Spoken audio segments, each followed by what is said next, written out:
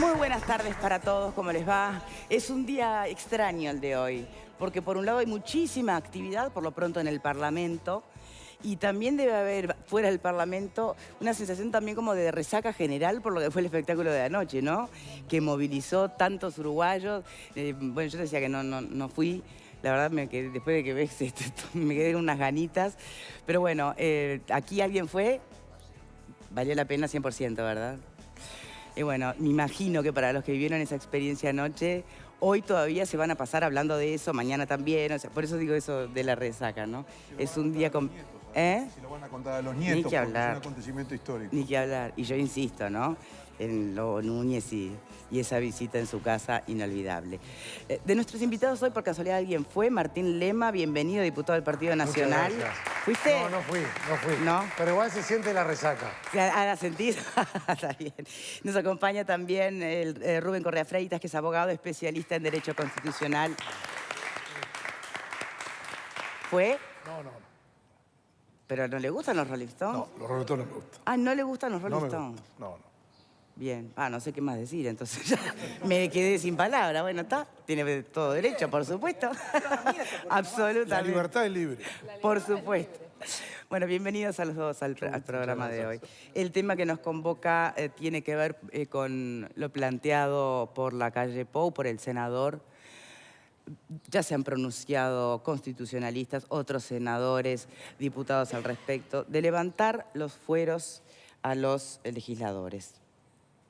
A ver, lo que rige por constitución en nuestro país tiene su razón, tiene su porqué.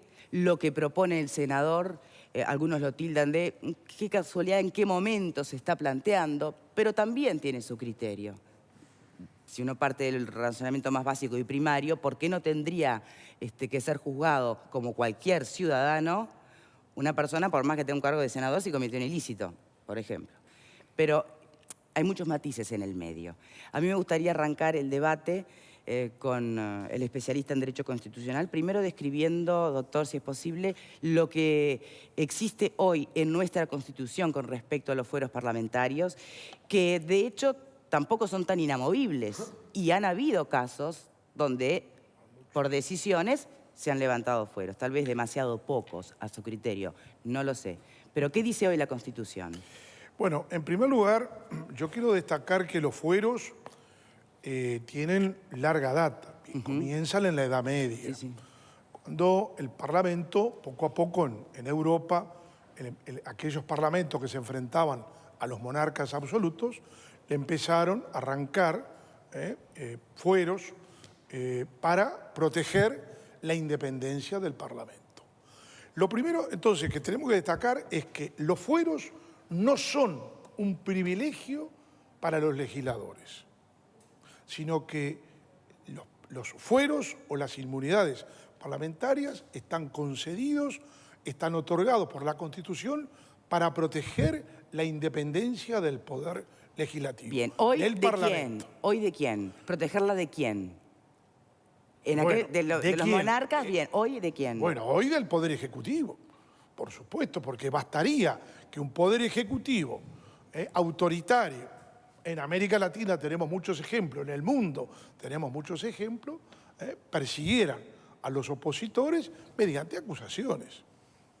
Recordemos en el Uruguay el caso Enrique Erro, que llevó al golpe de Estado en 1973. Recordemos a Héctor Gutiérrez Ruiz, legislador del Partido Nacional. Recordemos a Amílcar Vasconcellos, senador del Partido Colorado, que acusó en febrero de que los militares estaban tramando el golpe de Estado. Es decir, este es un tema muy delicado. Pero usted me hizo una pregunta que yo la quiero contestar, que es ¿qué fueros o qué inmunidades prevé la Constitución uruguaya? Desde 1830 hasta la fecha. Esto no es un invento, sino que viene de toda nuestra tradición constitucional, que por supuesto la incorporamos del derecho comparado. ¿Es vigente en más constituciones de países occidentales? Pero por supuesto, la mayor parte del mundo, salvo en los regímenes autoritarios. Bien. Lógico. Los dictadores, ¿qué es lo que primero hacen? El que da un golpe de Estado, ¿qué es lo primero que hace? Disuelve el Parlamento, ataca al Parlamento. ¿Qué es lo que molesta a un gobierno? ¿Qué es lo que molesta a un presidente autoritario? Legisladores de la oposición que lo acusan, que lo controlan. Eso molesta. Entonces, por eso es muy importante defender la independencia del Poder Legislativo. Entonces, la Constitución uruguaya prevé 3 inmunidades. Primero, la irresponsabilidad por los votos y opiniones. En segundo lugar, la inmunidad de arresto. Y en tercer lugar, la inmunidad de procesamiento. Y voy a recordar una anécdota de un examen de Derecho Constitucional presidido nada menos que por Justino Jiménez de Arecha. El gran Justino Jiménez de Arecha.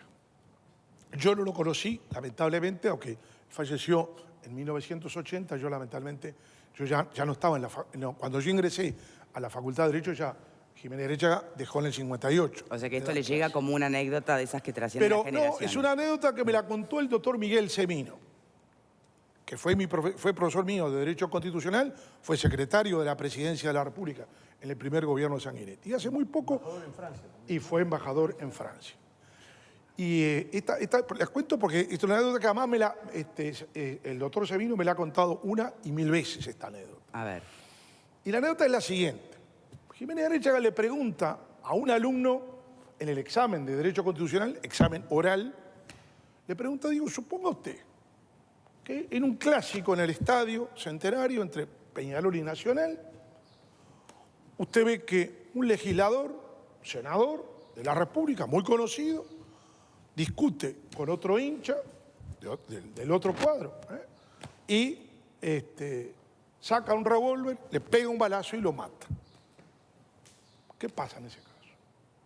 Entonces el alumno le dice, profesor, los fueros, le dice. Entonces Jiménez de Arecha le dijo, fuero va a necesitar usted perdió el examen. ¿Por qué? Porque entre otras cosas, la Constitución uruguaya, a la que hay que leer, ¿qué es lo que dice? Que los legisladores no pueden ser arrestados desde el día de su elección hasta el de su cese, salvo en caso de infraganti delito. Quiere decir que en caso de infraganti delito, un senador o un representante nacional puede ser detenido. Esa era la pregunta que hacía Justino Jiménez de Arecha con su habitual claridad a ese alumno de Derecho Constitucional. Bien. Que por supuesto que perdió el examen. Podemos repasar usted hablaba de 3 inmunidades distintas. La irresponsabilidad por los votos y opiniones. Bien. Artículo 112 de la Constitución. Es decir, esto es que los legisladores están protegidos, digamos, por lo que dicen, por las opiniones que emiten en el ejercicio de sus funciones, por los discursos, por los ataques, muchas veces, y acá estamos con un legislador, yo fui senador de la República durante 5 años, bueno, uno muchas veces dice cosas muy fuertes y muy duras, la Constitución lo protege en el sentido de que tiene inmunidad. Incluso la Constitución dice que jamás serán responsables por sus votos y opiniones. Bien. Ahora, tenemos que aclarar, eso de que jamás será responsable por sus votos y opiniones también es relativo. Porque suponga usted, como sucedió con el famoso mensalao en Brasil, o como sucedió en el caso acá de Argentina, en el gobierno de la Rúa, que se compruebe de que los legisladores recibieron dinero, paga, una coima para votar una ley. Por supuesto. Yo pregunto, ¿es inmune? ¿Es irresponsable? No. Ha cometido un delito. Este es un tema también importante destacarlo. O sea, no es que el legislador tenga patente de corso para hacer lo que quiera. Bien. Esto es muy importante entender. Las inmunidades son relativas, son absolutamente relativas. Pero no, en este caso que usted señala, doctor, es bueno aclarar que al no ser un delito claro, al no ser arrestado o no ser visto, digamos, cometido infraganti, entonces sí necesita que el Parlamento quite los fueros para... Bueno, ahí entonces iba a ver. Ahora viene la segunda pregunta. La otra inmunidad, que es importante aclarar, la otra inmunidad es la inmunidad de arresto. Y después vamos a los mecanismos. La inmunidad de arresto, es decir, que el legislador, desde el día de su elección hasta el de su cese, no pueda ser arrestado o detenido salvo excepto en caso de infraganti delito. Bien. Y la tercera inmunidad es la llamada inmunidad de procesamiento. ¿Qué significa? Significa que un juez penal para procesar con o sin prisión a un legislador, tiene que previamente solicitar el desafuero. No lo puede hacer en forma directa, sino que tiene que pedir el desafuero. ¿A quién lo pide el desafuero? A la Cámara correspondiente. Bien. Pero quiero aclarar esto que es importante. Las inmunidades que están hoy en día en la Constitución uruguaya a favor o sea, que protegen a los legisladores, pero que, insisto, son inmunidades que protegen la independencia del Poder Legislativo, la Constitución también se las concede al presidente de la República, al vicepresidente de la República y a los ministros de Estado. O sea que tenemos que aclarar que la Constitución también le concede las mismas inmunidades y los mismos fueros al presidente de la República, al vicepresidente de la República y a los ministros de Estado. Bien, pregunta, la propuesta del senador Lacalle Pou, Martín, ¿en realidad está dirigida solo al Parlamento o también quiere extenderlo a ministros y presidente y vicepresidente? Sí, en principio el Parlamento, pero hay algunas apreciaciones que creo correspondiente realizar. La primera, que hay un tema de oportunidad para plantearlo, porque recién se decía, y ya escuchamos algunos comentarios, que justo ahora se está planteando un proyecto de ley de estas características. ¿Me permitís, Martín? Sí. Perdóname la interrupción así abrupta, pero justo en este momento me están diciendo que estamos conectados con el móvil que está justamente en el Parlamento, con alguna novedad en lo posible. A ver si aparece por allí el móvil del canal.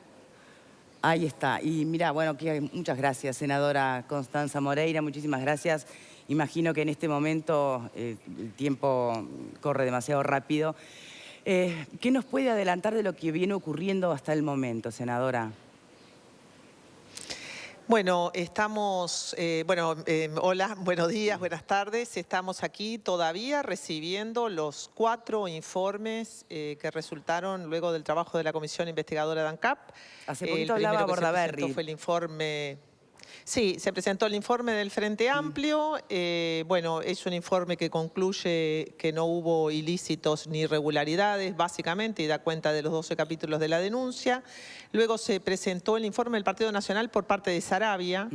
Luego habló Bordaberry y ahora es el turno de Mieres y terminará hablando Delgado, porque el Partido Nacional, a propósito de la convalecencia de Cardoso, bueno, está tanto el miembro denunciante, que es Delgado del Partido Nacional, como el informe en minoría del Partido Nacional. O sea que el Partido Nacional tuvo partida doble, pero quizá Bordaberry, bueno, fue ahora el que hizo más énfasis en los capítulos de la investigadora, aunque algunos capítulos de la denuncia Bordaberry no los lleva, pero básicamente lleva todo el resto de la denuncia. Sí, y lo que lleva, además, pretende llevarlo a la justicia, ¿no?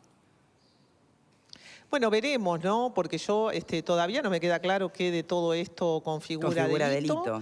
Y qué delito, ¿no? Y qué delito hay que ver qué es lo que configura delito. Es decir, yo no sé lo que van a llevar a la justicia penal, eso no está claro. Recién estamos tratando las 12 denuncias de la investigadora, que además... Victoria, son denuncias, es una especie de investigadora miscelánea, ¿no? Porque hay una parte gruesa, importante, que es el déficit operativo, el déficit financiero de ANCAP y el pasivo de ANCAP, es decir, la deuda y el déficit de ANCAP. Yo creo que esto es lo más importante y la verdad que es una discusión sobre política de ANCAP. Y luego hay cosas de muy dispar relevancia, desde que ANCAP no presentó los estados contables en fecha, hasta el acuerdo entre Petroecuador y Trafigura y ANCAP. Es decir, hay cosas muy distintas metidas todas en una misma bolsa. Bien. Ahora, con respecto a todo ese listado de hechos que, como usted plantea, ¿no?, termina siendo algo bastante misceláneo y que no termina de entender o de creer que puedan configurar delito, eso lo tendrá que decir la justicia, obviamente.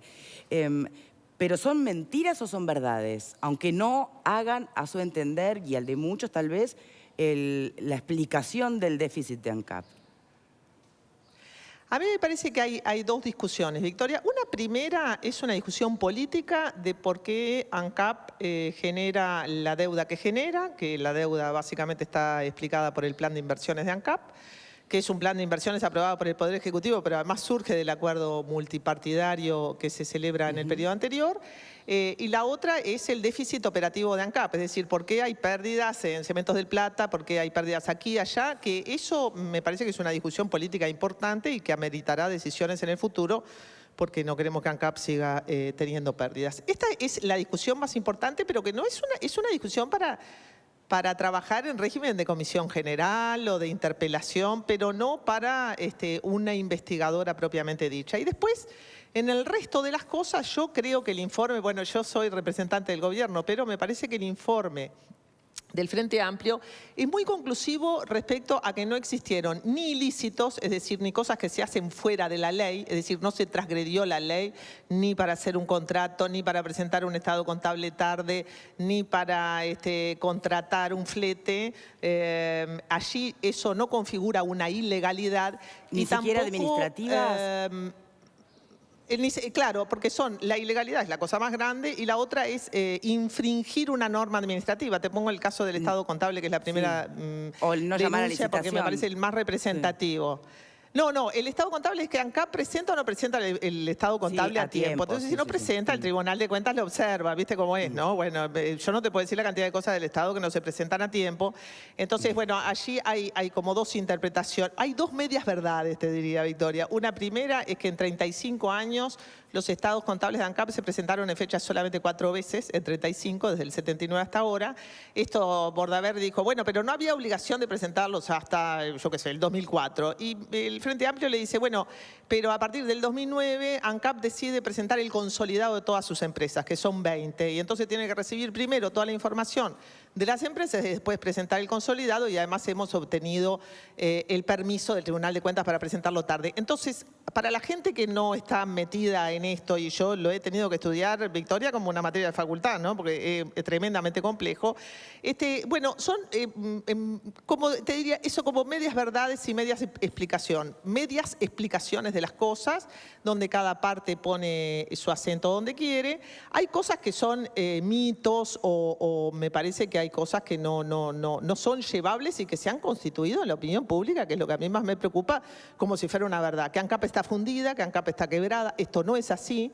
Es verdad que ANCAP tiene una deuda de 1.200 millones de dólares. Es verdad que ANCAP tiene un déficit de 600 millones de dólares. Una cosa es la deuda y otra cosa es el déficit, ¿no? Que es la diferencia entre ingresos y egresos. Bien. Pero ANCAP es una empresa que factura 3.600 millones de dólares por año. Es decir, es una empresa con un porte suficiente como para hacer frente a dificultades financieras u operativas. Esta es una primera cosa que le querría decir a los uruguayos, que las empresas públicas solo se funden por decisión política. Solo se funden por decisión política, no se funden como una empresa privada cualquiera. Bien, pero esto senadora, es importante que la gente lo sepa. Si me permite, en Sí, cómo realidad, la lectura que puede hacer un ciudadano común de está fundida o no está fundida, el hecho es que hubo que recapitalizarla en más de 600 millones.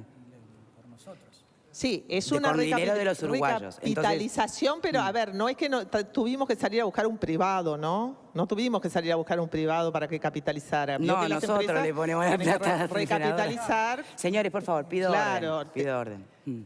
Las empresas tienen que recapitalizar cuando está afectado su patrimonio, su relación activo-pasivo, pero en este caso es el Estado central, a través del Ministerio de Economía y Finanzas, que cancela una deuda con ANCAP. Quiero decir esto para que se entienda qué quiere decir la capitalización en una empresa pública. Bien, senadora. Entonces, bueno, me parece que este es uno de los mitos más importantes y me parece que es de las cosas que más ha afectado a la opinión pública, porque ANCAP estaba muy bien en la opinión pública hasta que hemos tenido estos meses de zozobra.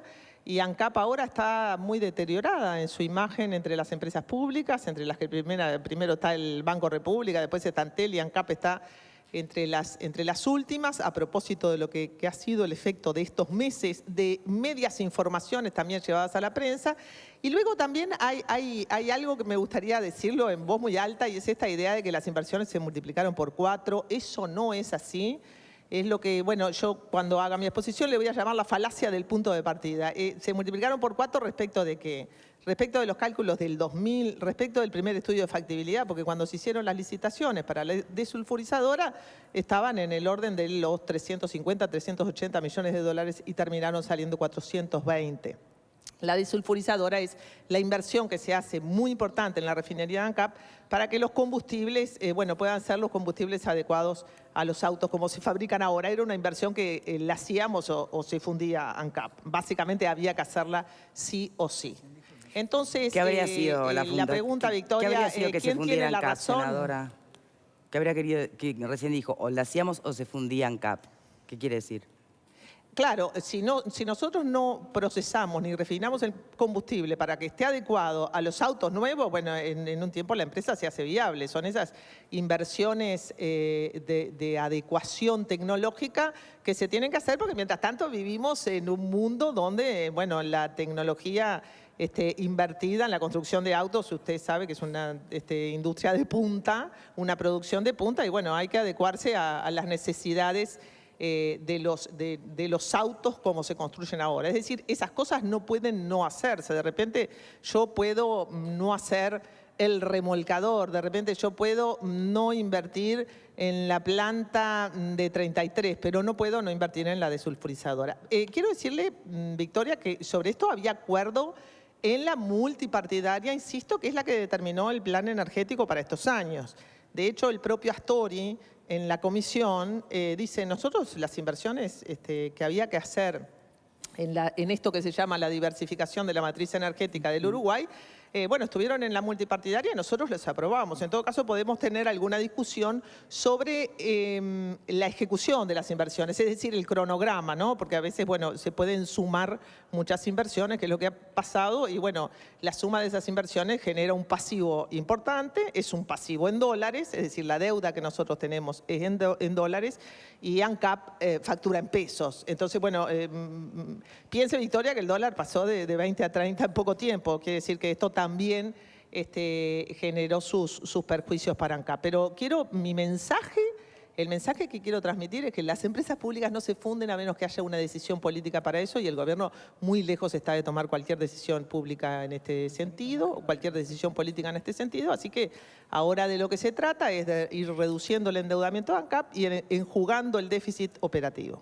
Bien, yo insisto, senadora, que tal vez a los uruguayos en general que estamos del otro lado y asistimos a todo este episodio de la comisión y la información que surge, como usted le llama, muy miscelánea, que algunas podrán ser verdades a medias y otras lo determinará la justicia, porque efectivamente escuchamos una cosa, después escuchamos otra y pareciera que en realidad nadie responde al planteo concreto y nadie se hace cargo de la respuesta del otro lado tampoco. Entonces, ahí quedamos medios como sin posibilidad de formarnos la opinión propia. Lo único que es tangible para cualquier uruguayo es la necesidad de recapitalizar ANCAP. Es el gran déficit de ANCAP. Y frente a eso, no terminamos de entender cómo algunos informes de la oposición coinciden en, lejos dejamos irregularidades o ilicitudes, que eso lo determinará la justicia, pero sí en una pésima gestión, y desde el Frente Amplio en realidad no se habla de mala gestión, no se hace una suerte de... Yo no voy a decir autocrítica porque en realidad he escuchado autocríticas, ¿no? Pero también uno escucha frases como la del propio Agassi, que el éxito de la gestión. Entonces, estamos bastante perdidos, senadora. A ver, Victoria, autocríticas hay que hacerse, ¿no? Un montón. Yo creo que también a partir del examen público de lo que es la gestión operativa ANCAP, hay que hacerse muchas autocríticas y hay que examinar en el conjunto de las empresas de ANCAP qué es lo que da pérdida hoy, pero dará rentabilidad económica o rentabilidad social o rentabilidad ambiental en el futuro y cuáles son los negocios que deben sí o sí ser revisados. Yo creo que también la comisión investigadora cae en el medio de la implantación de las inversiones en ANCAP, entonces hay muchos resultados que no están a la vista. Me parece que hay algunas lecciones que tenemos que sacar de todo esto, Victoria. La primera es que las empresas públicas tienen que tener un desempeño transparente para los ciudadanos, transparente para la gente, porque son nuestras, porque las defendimos, porque también como ciudadanos tenemos nuestra crítica que hacer a la política tarifaria. Entonces, me parece que todo lo que sea transparentar las cuentas de ANCAP, transparentar las colaterales de ANCAP, me parece fantástico. Yo creo que la investigadora ha dado malos resultados en el sentido que hoy la imagen pública de ANCAP está por el piso y la verdad que ANCAP no lo merece de ninguna manera, pero sí creo que la transparencia en la gestión de las empresas públicas tiene que ser lo primero y la ciudadanía tiene que poder entender en medio de un gran barullo, ¿no? En medio de un gran barullo, ¿qué cosas son importantes? Y bueno, entre las cosas que son importantes es de alguna manera tranquilizar a la gente respecto de que ANCAP no está fundida, de ANCAP está en el medio de una gran inversión que no se hizo durante muchos años en este país. Recordemos que el referéndum que llevó adelante el sindicato de ANCAP con la izquierda para impedir la privatización de ANCAP era porque la privatización parecía la única salida. En el 2003, me refiero al 2003, que alguna gente ni se acuerda ya de que tuvimos allí un referéndum para derogar la privatización de ANCAP. Bueno, en el 2003, es decir, hace solo 11 años, ANCAP estaba a punto de ser privatizada porque no daban las cuentas, ¿no? Realmente no daban las cuentas. Yo creo que hoy ANCAP atraviesa una situación compleja en el sentido de que el pasivo en dólares, el déficit de algunas empresas tiene una situación compleja que requiere el apoyo del Estado, pero en realidad está desplegando actividades, inversiones muy importantes en un montón de campos. Esto me parece que es lo segundo que tiene que quedar clarísimo. En un momento, Victoria, en que además la cuestión del petróleo, bueno, impacta y mucho, ¿no? Impacta y mucho. Ha habido un cambio gigantesco en materia de la política internacional del petróleo. El precio del petróleo ha bajado. Esto hace que el negocio de Aluro, los biocombustibles, hoy no sea tan rentable como antes. Y si uno tiene una empresa pública con una perspectiva a largo plazo, la tiene que preparar para épocas cuando el petróleo está a 40 y para épocas cuando el petróleo está a 120. Eso significa reducir la vulnerabilidad de las empresas que se encargan del petróleo.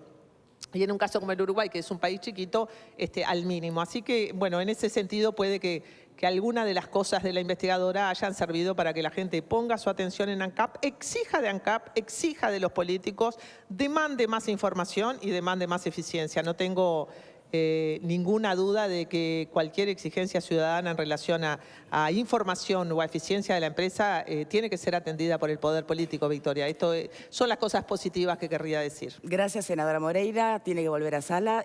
La última pregunta. ¿Qué opina sobre la posibilidad de una reforma de la Constitución para levantar los fueros a los parlamentarios?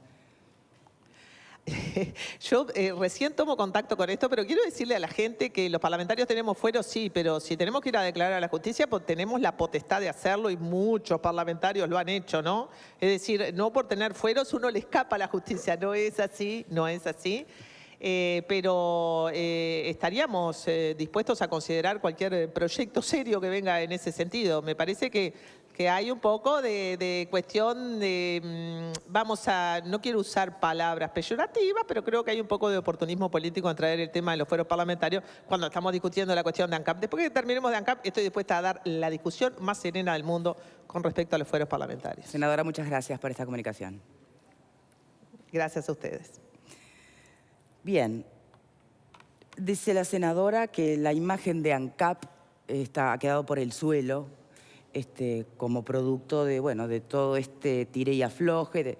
Yo pregunto si es la imagen de ANCAP o es la imagen de quienes dirigen ANCAP o quienes gestionaron ANCAP. No me queda claro eso. La imagen, lo que ha quedado por el suelo son las finanzas de ANCAP. Lo que ha quedado por el suelo es la estructura empresarial de ANCAP, que a diferencia de lo que sostiene la senadora Constanza Moreira, con los debidos respetos, si está en una situación técnica de quiebra, está en quiebra.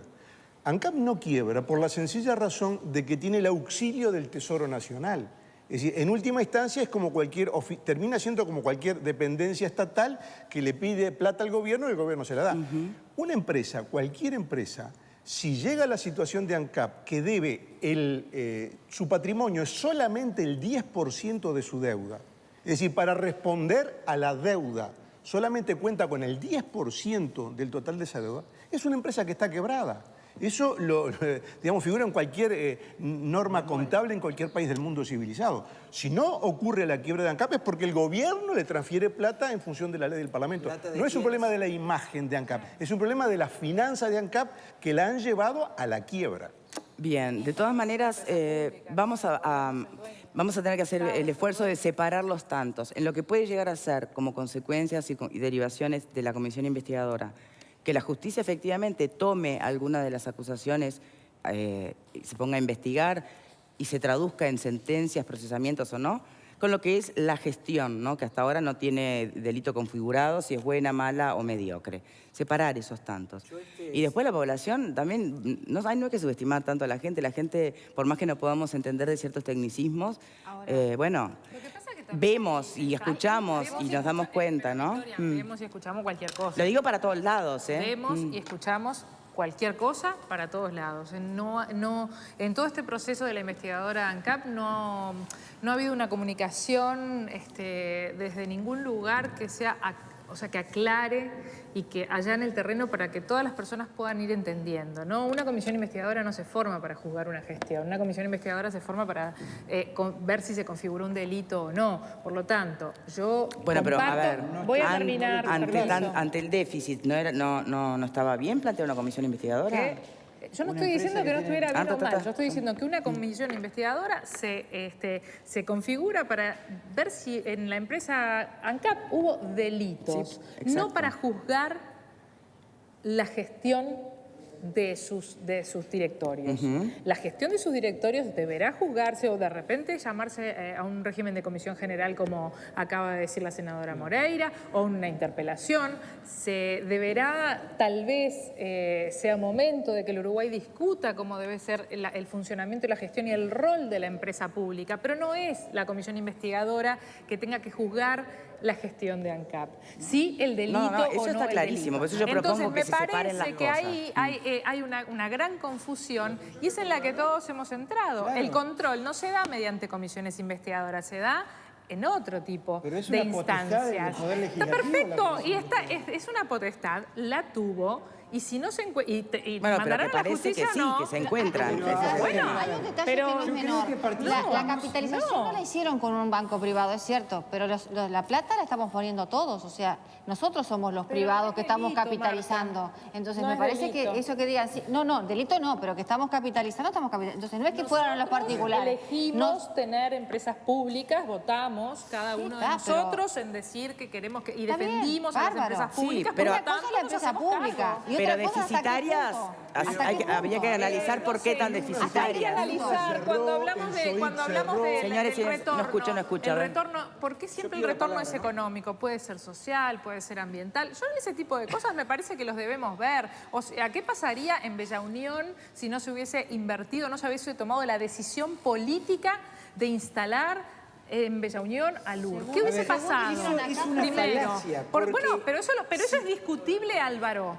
Por otro lado, lo de la desulfurizadora. En el año 2013, los importadores de automóviles estaban incendiando la pradera de que no podían traer determinados automóviles porque el combustible que acá se refinaba no servía para traer determinados autos. Entonces, se toma la decisión de hacer una planta desulfurizadora que no va a tener un retorno económico. Tendrá su retorno. El problema ¿Está ahora funcionando es que la planta sulfurizadora? a menos capacidad porque no está produciendo el azufre suficiente para vender, etcétera, pero sí funciona, claro que funciona. Entonces, hay cosas que el retorno no va a ser en dinero y hay que ver y hay que esperar. O sea, yo no te voy a decir ANCAP hizo todo bien, por supuesto que no, y hay un montón de costos y cuestiones de administración no aparecen como del todo bien hechas, pero hay que tener todo en cuenta. ¿Te parece? A ver, no vamos a debatir hoy acá, pero ya estar en el Parlamento. Victoria, que Sí. la senadora Constanza Moreira habla 2 horas, Eleonora habla 2 horas y dan una campana y hay que decir la otra campana. La historia de No que me vas a decir que no se las ha venido dando en el empresas programa, públicas, no ya seas sé, malo, pero en este Álvaro. momento, lo pido, No por me favor. vas a decir que la no se han historia que dado. dice nuestra senadora de que las empresas públicas solo se funden si lo decide el poder político es la falacia más grande que yo escuché en mi vida y es propia del pensamiento mágico que caracteriza a buena parte del gobierno, no a todo el gobierno, pero hay una parte del partido gobernante que sigue pensando con pensamiento mágico y no se da cuenta que la empresa no se funde porque la estamos bancando todos con esto. Con esto, señores televidentes, ¿verdad? Entonces, la estamos bancando todos en virtud de que hubo irresponsabilidad y que hubo irregularidades, las cuales tiene total potestad el Parlamento para juzgarlas en una comisión investigadora, haya o no delito. Si hay irregularidades, deben ser controladas, porque eso es la democracia. Y si ahora nos vienen con un verso, porque es un verso, señores, que esto en realidad nunca se funden las empresas porque las empresas reciben hay una plata palabra, del cielo. a ver, entonces, por favor. Si me permiten, que todos votamos, es cierto, hacernos cargo de las empresas públicas para tenerlas así. Eso es una cosa. Ahora, a cualquier costo... Ese es el punto. Y eso es lo que se debe discutir A cualquier políticamente, costo. pero no es una cuestión de delitos o no delitos. No, por supuesto que no, son cosas distintas. Los senadores que estaban vinculados a la comisión investigadora trajeron ese tema. Si me permiten, y si efectivamente de todo lo que planteaba la oposición, los demás partidos, sobre elementos que podrían efectivamente ser, para algunos son delitos o ilícitos, bueno, lo tendrá que determinar la justicia. Y si ahí la justicia determina, hoy, con la Constitución y los artículos que remiten a los fueros parlamentarios, hoy, ¿cómo se haría si hubiera que, por ejemplo, procesar a un vicepresidente o, por ejemplo, a un ministro de Economía? En este caso, el juez competente... De configurarse el delito que pertinente, ¿no? Por supuesto. Por supuesto, tiene que haber una acusación fiscal. Sí, exacto. En primer lugar, tiene que haber una acusación del fiscal y tiene que haber la decisión de un juez letrado que entienda que se ha configurado un delito para, entonces en ese caso, lo que hace es solicitar el desafuero correspondiente. ¿Y cómo se solicita eso? ¿Quién lo vota? ¿Quién lo decide? Lo solicita el juez competente a través de la Suprema Corte de Justicia, lo remite al Parlamento y en la Cámara correspondiente, donde está el legislador, si es un diputado, es en la Cámara de Representantes, si es un senador o el vicepresidente de la República, es en la Cámara de Senadores, y bueno, y allí se ¿Tiene que haber una decide mayoría? 2/3 del total de componentes. ¿Qué hacemos con las mayorías parlamentarias? 2/3 del total de componentes son los que pueden... 21, ¿no? 21 votos en el Senado y 66 votos en la Cámara de Representantes. Contando que el Frente Amplio tendría que respaldar al vicepresidente de la República, esos votos no estarían. No, por supuesto. Bueno, por eso pregunto, ¿qué pasa con las mayorías parlamentarias? La cuenta está hecha. ¿Es mayoría especial o mayoría simple? Justamente está pensado que sea mayoría especial para que no exista, Claro, para que sea de proteger más... también. Claro. Es una forma de proteger. Pero digo, en definitiva, pero tenemos que recordar que han habido muchos casos en donde el desafuero se ha otorgado. Recuerdo en el periodo pasado el caso del diputado Signorelli, el diputado de Artigas, del Partido Colorado. Y han habido Amaro otros casos. también no. Amaro. Amaro no, la Cámara de Senadores no concedió el desafuero, pero una vez que el senador Amaro terminó su cargo, la justicia lo procesó inmediatamente después que terminó. Digamos que terminó su mandato. Martín Los fueros Lema. terminan en el mandato y después el delito prescribe 10 años después, por lo tanto puede pasar la Martín. Depende del situación. tipo de delito que sea. No quiero dejar pasar algunas cosas, porque después se entrevera y capaz que uno no puede desarrollar un concepto que es importante. Yo recién escuchaba a la senadora Constanza Moreira y una de las cosas que llama la atención es que se hablaba de oportunismo. Primero hay que reflexionar si es oportuno o no es oportuno antes de referirse al oportunismo para descalificar lo que puede ser un proyecto, en este caso, de la oposición. Pero aparte de eso, la senadora está totalmente desinformada, Porque este proyecto de Luis Lacalle Pou no es de ahora. 2011. Es de diciembre del año 2011. Sí, sí. Y ahora lo que está haciendo el senador Luis Lacalle Pou es reiterarlo. Entonces, antes que recurrir a la descalificación, sería bueno que todos los legisladores estemos al pie del cañón de lo que se está presentando en el Parlamento. Otra cosa que no queremos dejar pasar era, hace un rato se hacía un análisis de lo que eran los fueros, que es 3 tipos de inmunidades, como recién bien señalaba el doctor. Los fueros son para proteger la figura del Poder Legislativo. No necesariamente proteger a la persona del legislador, sino la figura del Poder Legislativo. Los fueros, como se decía, son de 3 tipos. Uno, se comentaba por el voto u opinión. Sí. Ejemplo, yo legislador, como a alguien no le gusta mi voto o no le gusta lo que opino, arremete contra mí y el fuero opera para proteger a la figura del Poder Legislativo. Ese es un caso de fuero parlamentario. O que tú digas un disparate. O que yo diga un disparate, o que puede pasar, pero que se quiera arremeter contra mí por mi opinión o por mi voto. Sí. Otra era atentar contra mi Arresto. libertad Sí. por el simplemente de, por ejemplo, pertenecer a un partido político. En esos casos está bien el fuero parlamentario porque ahí garantiza la función legislativa. Sí. Ahora, la tercera inmunidad, que es la acusación penal, ¿por qué? Porque los legisladores tenemos que tener coronita. Cualquiera de los que estamos acá, o una estafa, o una violación, o una rapiña, o cualquier ciudadano común, va y tiene que comparecer ante la justicia penal por cualquier ilícito que haya cometido. ¿Por qué el legislador, para algo que no tiene nada que ver con su función legislativa, puede excusarse en el fuero parlamentario, en esa inmunidad, para protegerse? El caso, vamos a tomar una suposición. En el caso de una gestión de empresa pública, y no voy a recurrir a nombres Sendic. propios, porque tiene que ser Bueno, pero muy, no hace muy falta que lo quirúrgico, digas, es pero obvio. vamos a Pasa suponer- de un puesto, como vamos- decís, a Si una persona en una empresa privada, o si doña María en la casa toma algo que no era propio, ¿tá? O comete cualquier tipo de delito, pasa a la justicia penal y se tiene sentencia por eso.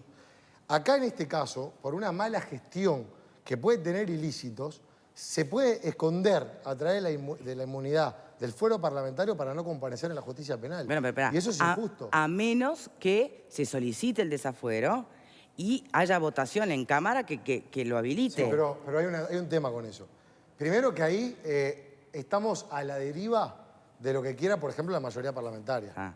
Entonces, si la mayoría parlamentaria decide políticamente Respaldar a- proteger, sí, sí. respaldar, ya ahí lo que cualquier ciudadano común tiene que recurrir a la justicia penal, acá la mayoría parlamentaria es la que protege una figura penal.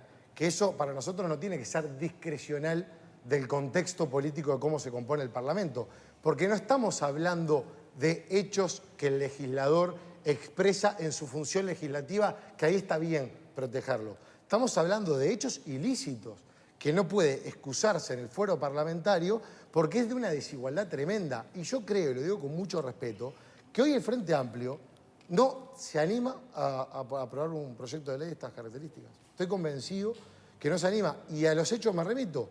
En el año 2011, que fue que se planteó, el Frente Amplio, teniendo todo para con su mayoría parlamentaria apoyar y llegar a los 2/3 en el Parlamento, para después someterlo a plebiscito y que decida la gente, en un gobierno que se llama popular, parece bastante contradictorio que un ejemplo de estas características no se quiera llamar a plebiscito, porque también hay que comentar que si nosotros votamos este proyecto de ley, es una ley constitucional, por lo tanto la tiene que respaldar y ratificar el pueblo. Entonces, perfectamente el Frente Amplio con su mayoría, si está de acuerdo con que los legisladores estemos en igualdad de condiciones de cualquier ciudadano de nuestro país, puede votar esto y dar la oportunidad al pueblo a que a través de un plebiscito respalde o no una medida de estas características. Pero es una injusticia que cualquiera de nosotros, legisladores, tengamos coronita o tengamos el privilegio con respecto a lo que puede tener doña María o don José. A nosotros nos parece injusto y por eso apoyamos, obviamente, el proyecto de ley que propuso Lacalle Pou en 2 oportunidades. ¿Discrepa, Freitas? Sí, en primer lugar, hay que aclarar que cualquier modificación de la Constitución de la República tiene que seguir uno de los procedimientos previstos por el artículo 331 de la Constitución. O sea que acá no estamos con un proyecto de ley, porque por ley no se puede modificar, sí se puede modificar, como lo ha dicho el diputado, mediante el mecanismo de la ley constitucional. Y la ley constitucional requiere 2/3 del total de componentes de cada una de las cámaras. Y luego se requiere la ratificación plebiscitaria. Ahora bien, yo razono de la siguiente manera. ¿El Parlamento está lleno de delincuentes? ¿Los parlamentarios están en su inmensa mayoría o hay un grupo importante acusados de delitos? No. Entonces, ¿por qué vamos a lanzar este tema? ¿Y por qué no? ¿Dónde está? No. A ver, tenemos que hacer la primera pausa. Tenemos leyes penales porque tenemos que hacer la primera pausa, señores. Vero, ¿estás recuperada? Sí, muchísimas gracias, Victoria, por los saludos. Mil disculpas además. Vamos a la pregunta de hoy con respecto justamente a los legisladores que van a la justicia. ¿Deben eliminarse los fueros? Y nos pueden contar qué piensan enviando un SMS al 1212 con la palabra Boca 1 por la opción sí y Boca 2 por la opción no. También estamos esperando sus comentarios a través de nuestro mail a estabocaesmia@tele12.com o pueden comunicarse a nuestro Twitter @estabocaesmia12 o a nuestro Facebook Esta Boca es Mía 12. Estamos recibiendo además algunos mensajes que vamos a ir leyendo en la pantalla con comentarios más extensos. Si querés enviarnos el tuyo, podés hacerlo con un mensaje de texto con la palabra Boca. Dejás un espacio, nos comentás y lo mandás al 1212. Hacemos una pausa y enseguida seguimos.